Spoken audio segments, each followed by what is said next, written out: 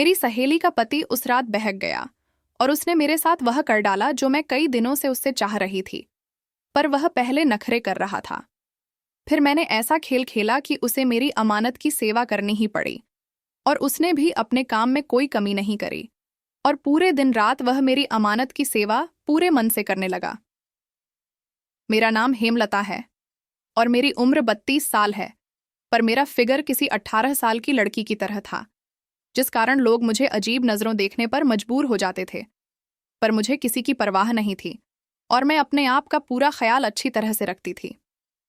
मेरी शादी को 4 साल हो चुके थे और शादी के 1 साल बाद ही मेरे पति मुझे छोड़कर चले गए थे, और तब से मैं अकेली ही थी। और मेरी एक बेटी भी थी जो कि 2.5 साल की थी। मुझे वैसे तो कोई चिंता नहीं थी, बस अपनी बेटी की चिंता मुझे सताती थी। मैं अपना और अपनी बेटी का खर्चा तो आसानी से चला लेती थी, पर उसकी आगे के जीवन और खर्चों की चिंता मुझे परेशान करती थी। मेरे जिंदगी के हर कदम पर मेरा साथ मेरी एक सहेली ने दिया, जिसका नाम रूबी था, और रूबी के पति एक बिजनेसमैन थे और उनका हिसाब किताब काफ़ी अच्छा था।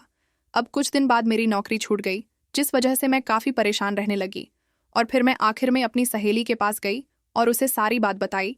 उसने मेरे लिए अपने पति से बात करी, और उसके पति ने जब मुझे देखा तो वह एकदम से दंग रह गए और रूबी से बोला कि तुम्हारी सहेली इतना परेशान है और तुमने मुझे बताया भी नहीं। पर रूबी अपने पति के इस तरह के व्यवहार से दंग थी, क्योंकि वह जानती थी कि उसका पति जल्दी से किसी की मदद नहीं करता। फिर उसने मेरी मदद के लिए इतनी जल्दी हाँ कैसे कर दी। उसने मेरे खातिर अपने पति से कहा कि आप जल्दी से हेमलता की कोई नौकरी लगवा दो, वह बहुत परेशान है। तो उसके पति ने कहा, अब तुम हेमलता की चिंता छोड़ो, मैं उसकी अच्छी नौकरी लगवा दूंगा।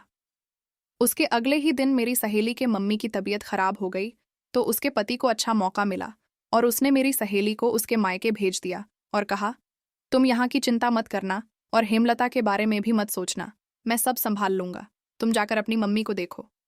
फिर मेरी सहेली अपने घर चली गई और सुबह उसके जाते ही उसके पति का फ़ोन मेरे पास आया और उन्होंने मुझे अपने घर बुलाया। फिर मैं जल्दी से तैयार होकर अपनी सहेली के घर गई, तो मैंने देखा कि उसके पति हॉफ कपड़ों में सोफे पर बैठकर ड्रिंक कर रहे थे। उन्होंने मुझे देखकर जल्दी से सब हटाया और मुझे बैठने को कहा। मैं बैठ गई। फिर उन्होंने कहा कि वैसे तो मैंने तुम्हारे लिए एक अच्छी नौकरी ढूंढ ली है, पर अगर तुम्हें और कोई ज़रूरत है तो मुझे बताओ, मुझे अपना ही समझो।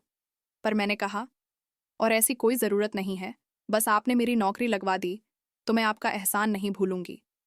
वह बोले, मेरी पत्नी तुम्हारी दोस्त है, तो उस रिश्ते से मैं तो तुम्हारा कुछ लगूंगा ना। मैंने कहा, क्यों नहीं? तो वह बोला, तुम आज से कोई चिंता मत करना, बस तुम मुझे खुश दिखनी चाहिए। और उनकी यह बात सुनकर मैं अंदर से बहुत खुश थी, पर मुझे नहीं पता था कि वह क्या चाहते हैं।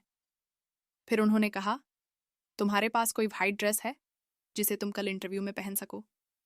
तो मैंने कहा, नहीं, मेरे पास तो कोई ड्रेस ऐसी नहीं है। तो वह बोले, कोई बात नहीं, रूबी के पास वाइट ड्रेस है जो मैंने उसके बर्थडे पर दी थी, उसके कमरे में होगी, आओ मेरे साथ। अब वो मुझे अपने साथ मेरी सहेली के कमरे में ले गए और फिर बोले, ये अलमारी रूबी की है, इसमें देखो वो ड्रेस मिल जाएगी। तो मैं वो ड्रेस ढूंढने लगी और तभी वह मुझसे सट कर खड़े हो गए और उनका औजार मेरी गुफा से टकरा रहा था। फिर मैंने थोड़ी सी जगह बनाकर दूरी बनाई और कुछ देर बाद जैसे ही वह ड्रेस मिली तो उन्होंने कहा, इसे अभी पहन कर देखो। मैंने उनकी यह बात मान ली और मैं रूबी के कमरे में ड्रेस चेंज करने लगी, पर उसके पति मुझे खिड़की से देख रहे थे।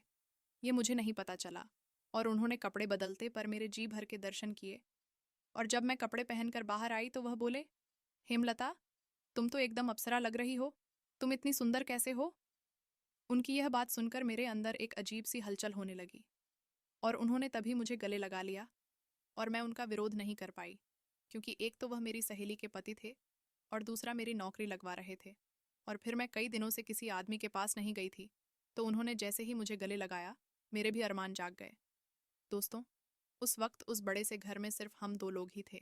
अगर आप कमेंट में पार्ट 2 लिख देंगे तो आगे जो जो हुआ वो अब मैं आपको पूरे विस्तार से अगली वीडियो में बताऊंगी। तो आने वाली वीडियो देखने के लिए इस वीडियो को लाइक करके इस स्टोरी एक्सपीरियंस चैनल को सब्सक्राइब कर लीजिए। मैं फिर मिलती हूँ नेक्स्ट वीडियो में।